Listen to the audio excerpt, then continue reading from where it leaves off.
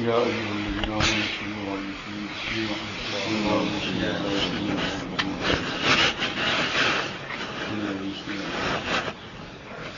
ولا يسلم وسلم دائما من حبيب خير الخلق كله هو الحميد الذي يسرع في كل قول ووالد الحميد.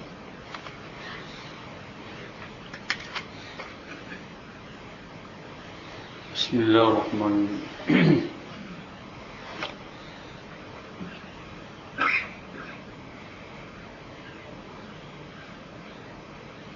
مثل الغمامة أنها صار صائرة تقي حر وقيس سل الحجير الحميد. یہ قصید مرزا کا ایک شعر ہے.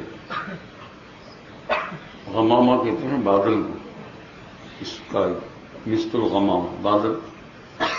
بادل کی معنی انا سارا صائرۃ، آپ چلے جاتے تھے راستے کے اوپر تو کہتے ہیں جہاں آپ جاتے تقیر حر ہوتی سی الحجیر حمید، تو آپ کی حفاظت کرتا تھا دوپہر کی سخت گرمی میں بادل دھوپ سے.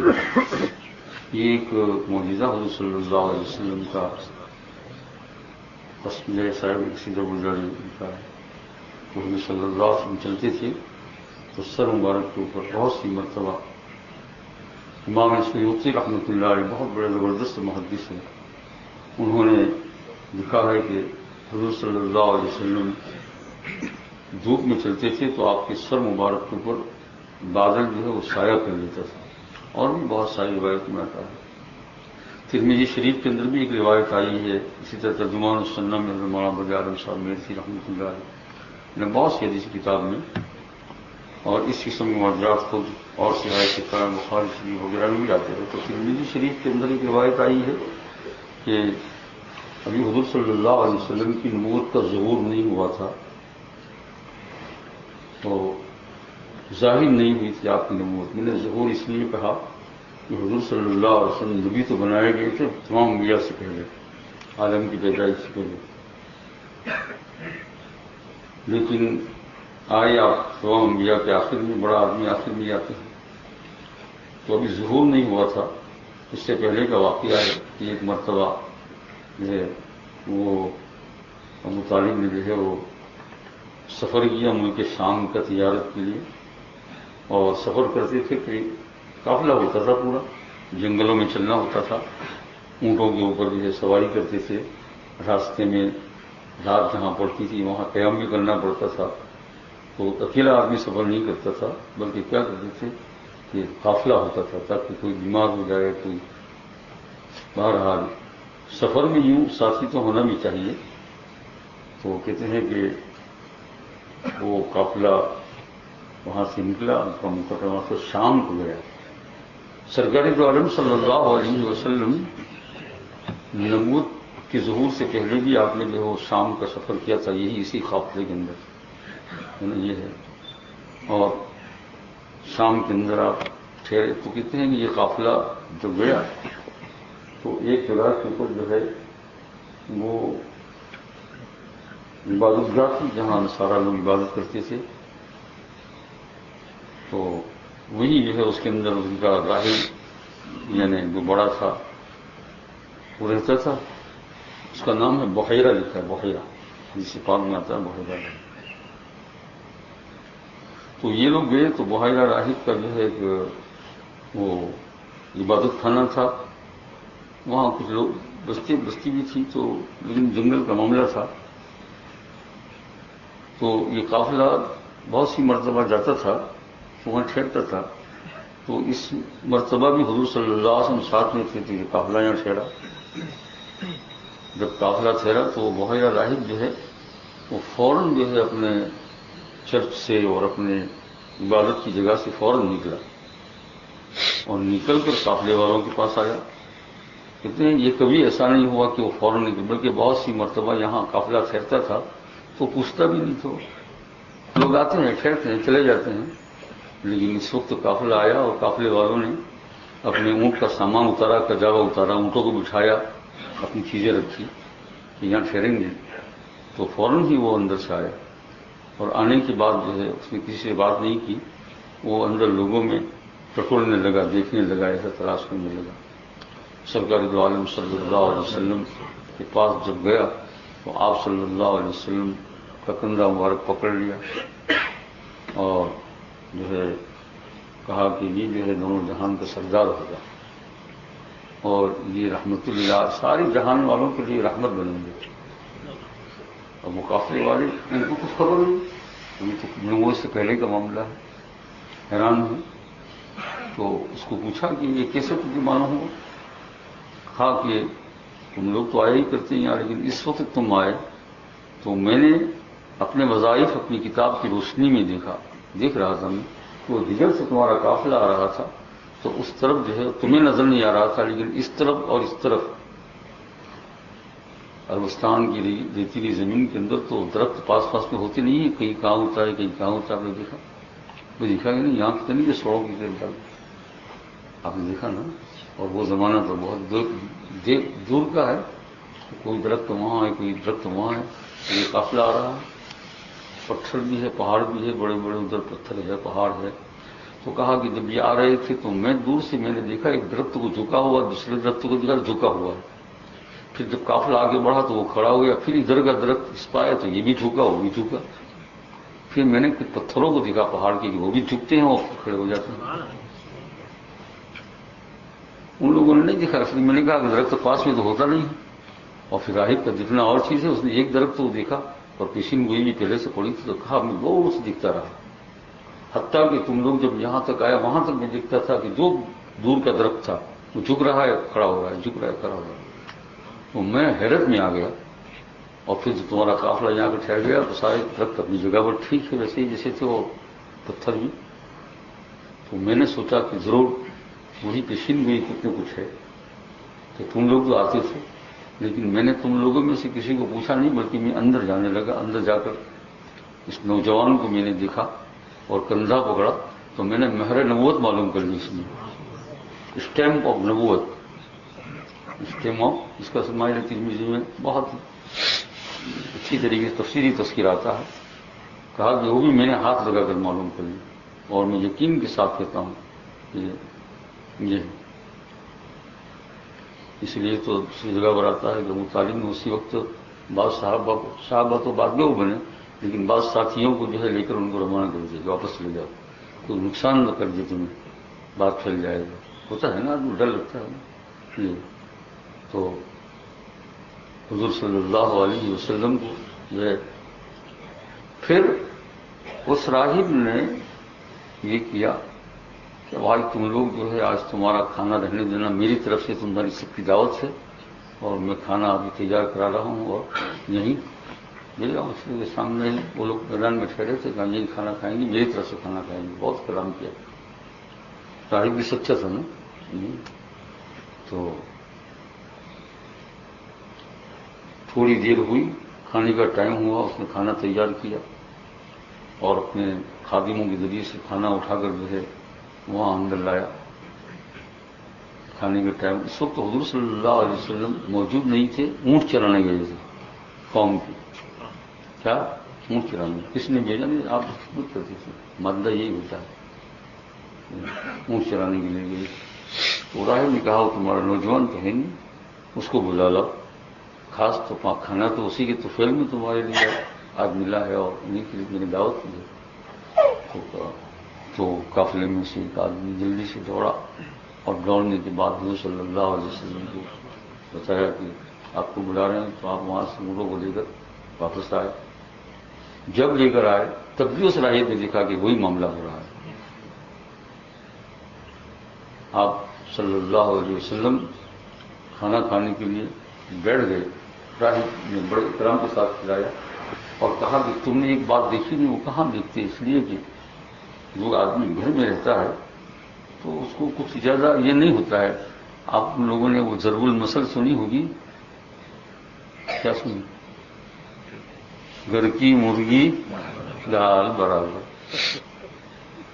یہ ہم ہندوستان میں سنتے تھے گھر کی مرغی دال برابر، لیکن وہاں ہمیں سمجھ نہیں آیا. ہندوستان میں وہاں تو گھر کی مرغی بھی ایک دن پکتی ہے تو سارے محلے کے اندر خوش ہو جاتی ہے اور خوشی خوشی ہو جاتی ہے.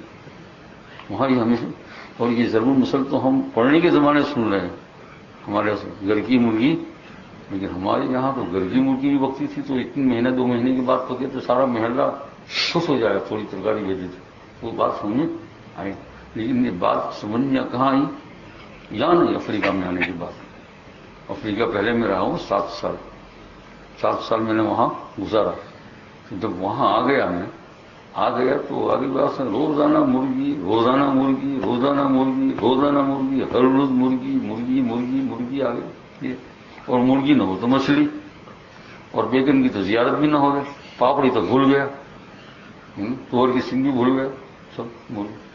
اور پھر مرغی ایسی ہو گئی کہ ہم لوگ کہنے لگے یار آ گئی بات تم نے یہاں کوئی کلسی کا جانتے ہو نا، وہاں کی زبان میں کلسی کا کہتے ہیں سبزی منڈی، یہ جہاں فروٹ بیچتا ہے مارکیٹ، وہاں کی زبان میں کہتے ہیں کلسی کا. تو ہمارے گھر کے پیچھے ہی تھی سبزی مارکیٹ، جہاں میں رہتا تھا نا پیچھے ہی تھا، پیچھے دریا بہ رہا ہے، چھوٹا لیک. اور میں نے کہا بھائی وہاں جاؤ تو پاپڑی سینگ ایسی ملے تو لیتے آؤ. تو انہوں نے کہا جب سیزن آئے گی تب ملے گا. میں نے کہا تب تک مرغی کھانا پڑے گی. مرغی کھانا پڑے گی تو مجھے سمجھ میں آیا گھر کی مرغی اب سمجھ میں آیا. تو یہ راہب کہنے لگا تم نے ایک اور بات دیکھی. وہ کیا دیکھتے پاؤ کچھ دیکھی. انہوں نے کہا یہ اونٹ چلانے کے لیے جب گئے تھے اور ان کو بلانے کے لیے گیا، آپ دیکھ رہے کتنی سخت دھوپ ہے، کہاں دیکھ رہے گرمی کا وہ بادل کا ٹکڑا. کہا وہ ان کو چھوڑنے کے لیے آیا، دیکھو جا رہا ہے، میں وہاں سے دیکھ رہا ہوں کہ اونٹ چلا رہے ہیں، ان کے اوپر بادل گھوم رہا ہے، ان کے اوپر کیا ہے بادل گھوم رہا ہے. اور جب وہ لوٹ کر آئے تو وہ بادل بھی اسی طرح آنے لگا.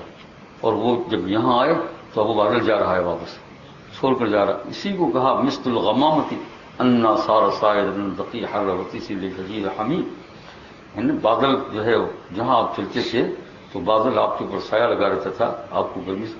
ایسے تو ہزاروں معجزات ہیں نا. اور اس نے کہا رحمت للعالمین. اور قرآن پاک میں اللہ جل شانہ نے فرمایا وما ارسلناک الا رحمت للعالمین.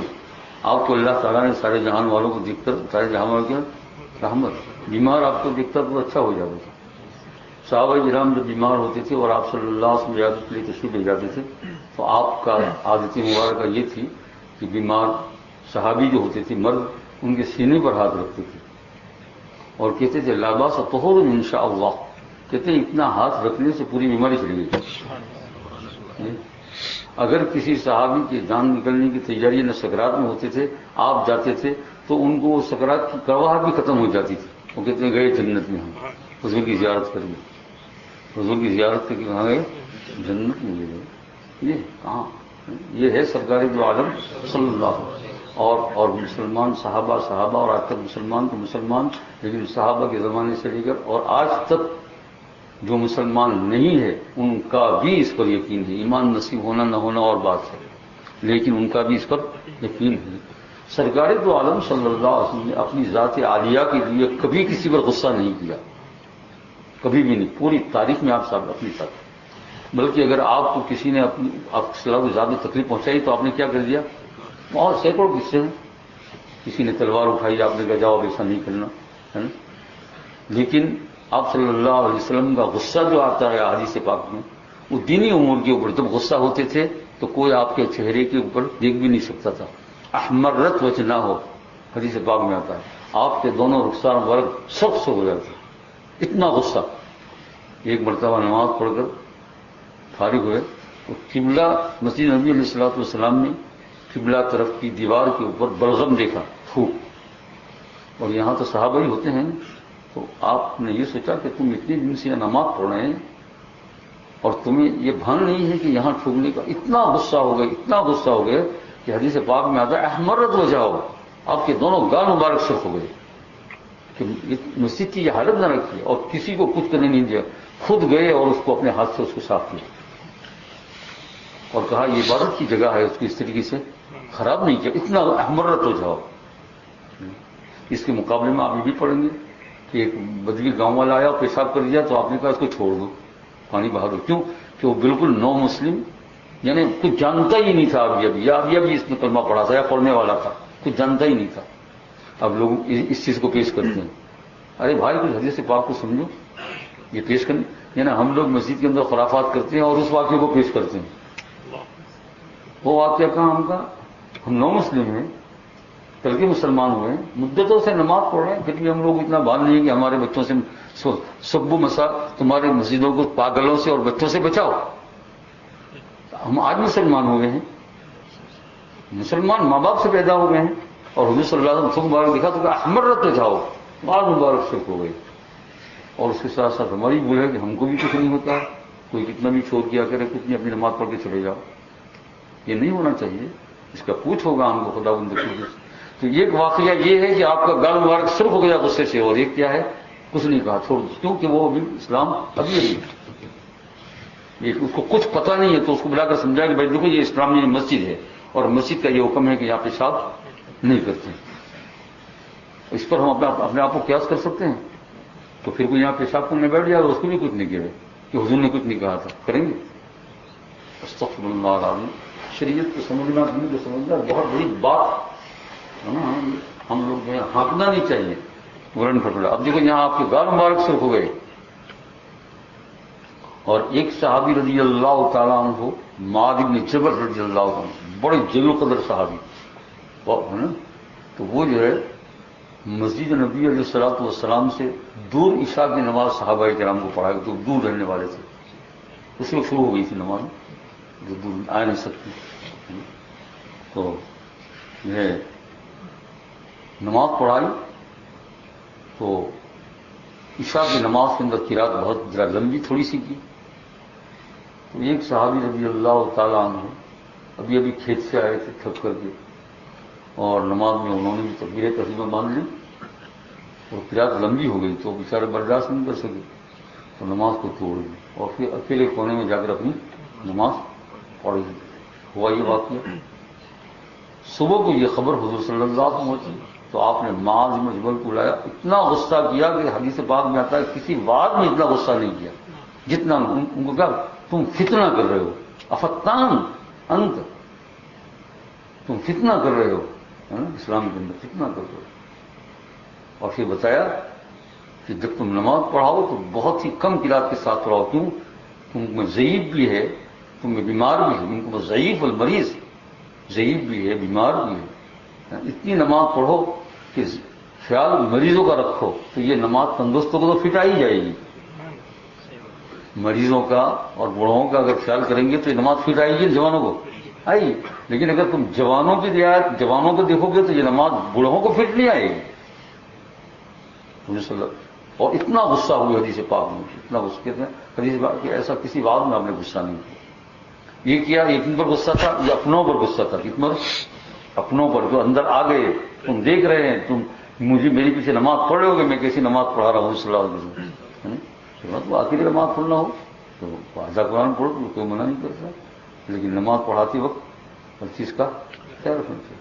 ارے بھائی سمجھ آ رہی؟ تو حضور صلی اللہ علیہ وسلم غصہ تو آتا ہے باب الغضب کے اندر، لیکن وہ سارا کا سارا کس کے لیے تھا؟ دین کے لیے. مسجد کی کوئی بے ادبی کرتا تھا اس کے لیے، اپنی ذات کے لیے غصہ نہیں. حتیٰ کہ اپنی ذات کے لیے اپنی عورتوں سے بھی بدنامی نہیں کی، ان کو بھی کچھ نہیں. ایک مرتبہ صدیقہ رضی اللہ تعالیٰ عنہ نے غصے میں آ کر ہماری ماں نے ایک پیالہ پٹک دیا نیچے، تو گر کر ٹکڑے ہو گئے. تو آپ نے اس کو اٹھا لیا اور ہنس دیے، اور ایک صحابی کو بلایا کہ جاؤ اس کو بازار میں جوڑتے ہیں، جوڑا کر لاؤ، کیونکہ دوسری ماں کے یہاں سکھانا آیا ہے، ان کو دینا ہے نا. دیکھا آپ نے؟ ارے بھائی سن رہے ہو کتنی اخلاق کیا لیا. اور ایک مرتبہ صدیقہ سے کہا صلی اللہ علیہ وسلم نے کہ تم مجھ سے ناراض ہوتی ہو تو مجھے معلوم ہو جاتا ہے، اور تم مجھ سے جب ناراض نہیں ہو تب بھی مجھے معلوم ہو جاتا ہے. تو خیر یا رسول اللہ اسے آپ کو معلوم ہو جاتا ہے؟ صدیقہ نے کہا ایسے. صدیقہ جب تم ناراض ہوتی ہو نا، بات کرتی ہو تو کہتے ہیں لا ورب ابراہیم، ابراہیم کے رب کی قسم. کس کے؟ اور جب راضی ہوتی ہو تو کیا کہتی ہو؟ لا ورب محمد، محمد کے رب کی قسم. کہا جب تم ابراہیم کے رب کی قسم کھاتی ہو تو مجھے جا تیور تمہارا بگڑا ہے. ابراہیم کا رب محمد کا رب علیہ السلام صلی اللہ علیہ وسلم ایک ہی ہے نا. صدیقہ ہنستی کہا سب ٹھیک ہے، لیکن آپ جانتے ہو یا رسول اللہ ایک بات، صدیقہ بھی صدیقہ ہی تھی، آپ جانتے ایک بات؟ کہا کیا بتاؤ؟ کہا تمہاری تو میں نے یا رسول اللہ سنی، میری بھی سن لو. کہ جب میری زبان کے اوپر لا رب ابراہیم آتا ہے تو زبان ہی پر ابراہیم کا نام ہوتا ہے، دل میں آپ ہی ہوتے ہیں. زبان پر ابراہیم کا نام، لیکن دل میں کون ہوتے ہیں؟ آپ کی. دیکھیے محبت خوش کر دیا حضور صلی اللہ علیہ وسلم کو، دیکھا آپ نے. آج تو ایسی چیزیں ہیں ہی نہیں، جیسے روزانہ ٹکراؤ، جب دیکھو صبح میں طلاق طلاق طلاق، بس نکلو گھر سے، مارو، گھر توڑو پھوڑو. اگر یہ کھل کے عظیم آ جائے تو آج کام بن جائے سب کا. سرکاری سیرت کو پڑھنا بھی نہیں ہے، عمل بھی نہیں کرنا ہے، دیکھنا بھی نہیں ہے، اور سب کاموں میں دنیا داری میں دیکھنا ہے. شادی کرنا ہے دنیا داری میں دیکھنا ہے کہ دنیا والے کیسے کرتے ہیں، ہے نا. سب سے پہلے میٹنگ ہوگی کہ بھائی ایڈمیشن کارڈ چھپا ہے، تو 20-25 شادیاں ہوئی، وہ کمپاس پریس میں سے سب کارڈ لے آؤ، اور اس میں دیکھو جو فائن ہو پھر اس کا ڈیزائن ہم اس سے ذرا بڑھ کر ہی، اس سے بڑھ کر ہی ڈیزائن. دیکھا آپ نے؟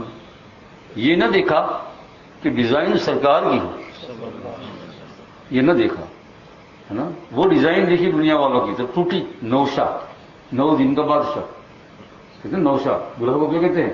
نوشا. 9 بادشاہ ہمارے بادشاہ، 9 دن کا بادشاہ، 10 دن کا بھکاری. کچھ نہیں ہے. ارے بعض اوقات تو ہنسی آتی ہے، 10 دن میں ہوئی، 4 دن میں تعویذ لینے کے لیے آ گیا. کیا ہوا؟ کہ وہ کھٹی کی جا گئی. کیوں؟ تم نے ڈیزائن محمد صلی اللہ علیہ وسلم نہیں کی. پریس میں گیا، وہاں دیکھا ایڈمیشن کارڈ کا سرٹیفکیٹ، بھائی بتاؤ یہ نہیں یہ نہیں یہ نہیں، میاں بیوی میں جو یہ نہیں یہ نہیں یہ نہیں یہ نہیں یہ نہیں. اور ڈیزائن محمد صلی اللہ علیہ وسلم کے لیے تھے، آقائے نامدار کی محبت. یہ تو بہت بڑا ہمارا قصور ہے. آج انہیں یہ دن دکھنے بھی نہیں پڑتے، بہت بڑا قصور ہے. کیونکہ سمجھ رہے ہو، بہت بڑا قصور ہے. ہم سے اس کی پوچھ ہوگی، ہاں. ورنہ اگر یہ قصور ہمارے نہ ہوتے تو ہمیں یہ دن دکھنا نہ پڑے. ڈیزائن محمد صلی اللہ علیہ وسلم کی. حضرت علی رضی اللہ تعالیٰ عنہ سے حضور صلی اللہ علیہ وسلم سے جب فاطمہ کو مانگا رضی اللہ تعالیٰ عنہ، آپ نے قبول کیا، اعلان کر دیا کہ میری بیٹی کا نکاح ہے اثر کے بعد غالباً، اور نکاح پڑھا دیا. کہا علی نہیں ہے، بازار گئے ہیں. کہا بس وہ نماز پڑھ چلے گئے تھے. کہا ان کو بلا لو، نکاح خدا پڑھا دیا. اور پھر بیٹی فاطمہ کو رات جو جنت کی عورت کی عورتوں کی سردار ہے، رات کو چھوڑ بھی دیا ہے یار. کچھ نہیں. اسی لیے گرتے پڑتے ہیں اور کچھ کام بن ہی نہیں رہا ہے.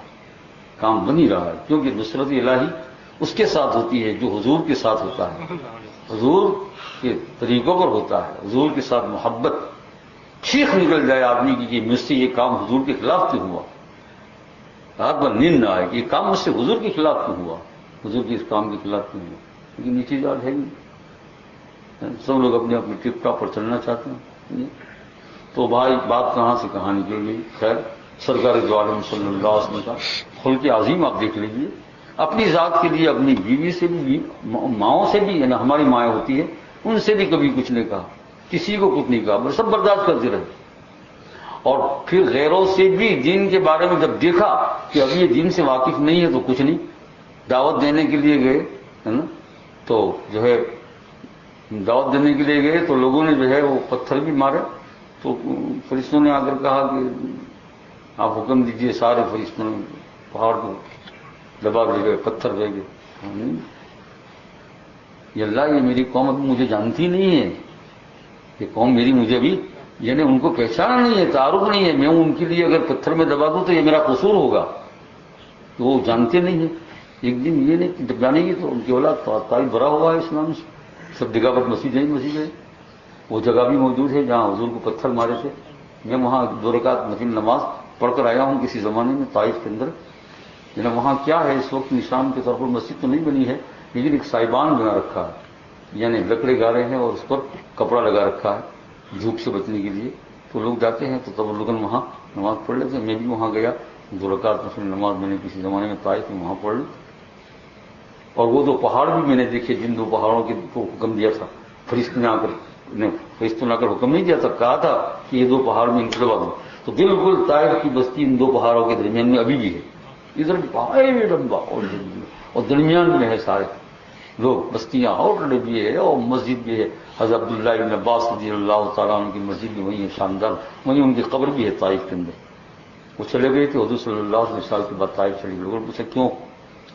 کہا کہ جس دھرتی پر سرکار کا سرکار رہے تھے یہاں اگر ایک مکروہ بھی ہو جائے تو میری جان نکل جائے گی، میں اس کو برداشت نہیں کر سکتا، رہوں گا وہاں، آؤں گا زیارت کروں گا، حرم نبوی کہتے ہیں، طائف میں جا کر رہے، دیکھا آپ نے، میری جان نکل جائے گی، آج ہماری جان نکلتی ہے، اس لیے میرا عزیز دوست اور بزرگوں سمجھو، سرکار دو عالم صلی اللہ علیہ وسلم ایسا جوہر نہیں ہے، ایسا جوہر ہے ہی نہیں، لا مثال اللہ تعالیٰ نے اس کی مثال کوئی پیدا کیا ہی نہیں، صلی اللہ علیہ وسلم ایسے نبی جو ہمیں ملے ہوئے ہیں، جی ہاں،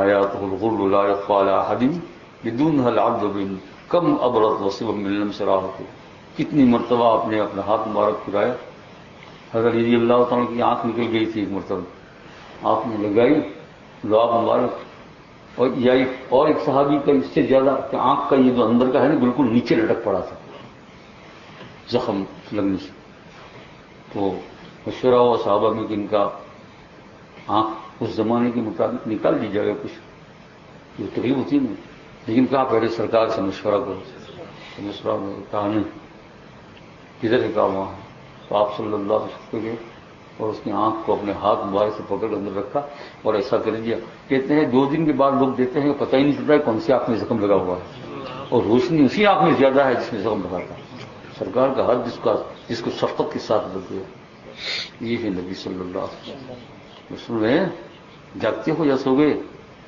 یہ ایسے نبی جن کے ساتھ ہو ان کی نصرت کیوں نہیں ہوگی، وائی، لیکن اپنا قصور بھی ذرا تھوڑا دیکھتے رہو گے، ہمارا قصور کیا ہے، سنتوں کو کیسا ملیہ میٹ کر رہے ہیں، کیسا کچل رہے ہیں، گھر ہے مسلمان کا سنت سے خالی، اس گھر سے بعض اوقات کو یہ قرآن پاک کا صحیح نسخہ بھی اس کے گھر میں نہیں ملتا ہے، ایک مسلح بھی نہیں ملتا ہے، پورے گھر میں ایسی جگہ نہیں ملے گی کہ جہاں یوں کہیں کہ ہم نماز پڑھ سکتے ہیں،